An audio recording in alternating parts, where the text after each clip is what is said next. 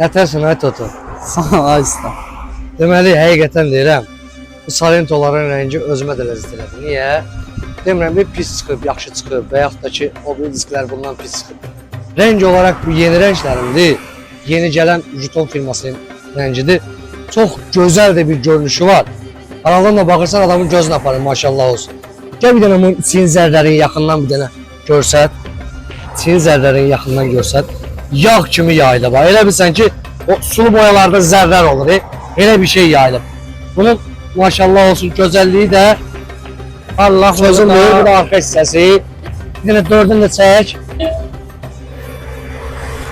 Maşallah olsun, xeyirli olsun. Allah hər kəsə xətadan, baladan qorusun. Ən əsasda gördüyüm şey ki, zəmanət verirəm. Maşallah olsun, sözün dedi. Bu Sarentoların xrom disklərdir ya bu. Bu gözəllikdə olur.